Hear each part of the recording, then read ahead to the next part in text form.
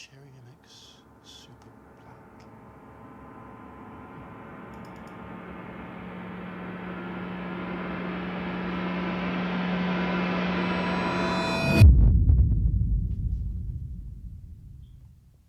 Can I buy these? No, you cannot buy them. They are a super rare, unobtainable switch that were only made in a handful of Cherry keyboards way back when, and that was the end of that. As far as I could see, there was pretty much no way of obtaining these switches, let alone enough to make a full board. It had been my dream for as long as I'd been browsing that evening to get some super blacks, but I guess that they would never be mine, which would be the case if I couldn't just make some myself, which I can, but it's a nice intro, right? It got you up to speed, you know what I'm talking about. I don't have to do a dumb skit to explain. The concept of spring swapping is not new. It's been something people have been doing to their switches for a while now. You take a stock switch, you take the stock spring out, and you put in a new one.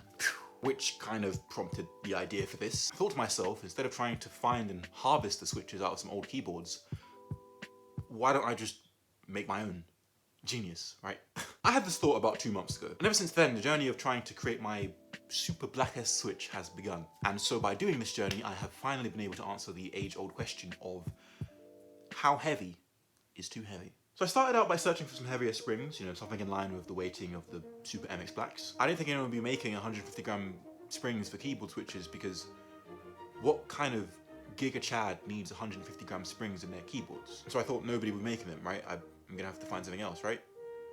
Right? Wrong. God bless AliExpress. I don't know why, and I don't know how I was able to find some 150 gram actuation springs on AliExpress, the home of the cheap and questionable keyboard parts. And once the springs arrived, I could begin.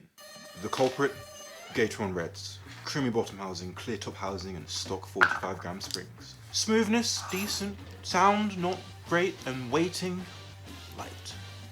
Too light. Modifications. Open the switch, unpack the switch. Throw out the weak springs for some stronger springs. Lube the housing, stems and spring. I can't really speed this part up, you know. Lubing your switches actually takes quite a long time. It's a pretty slow process. Yes, so we can, glasses. Yes, we can. With the power of editing.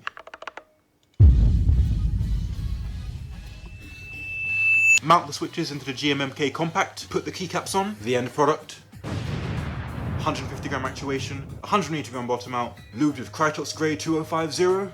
I present to you, Gateron Super Reds. Looks very nice, doesn't it? And there you have it, a fully assembled keyboard with Gateron Super Reds, which I have already been using for about 2 weeks now. And so I can come to this decisive verdict with experience.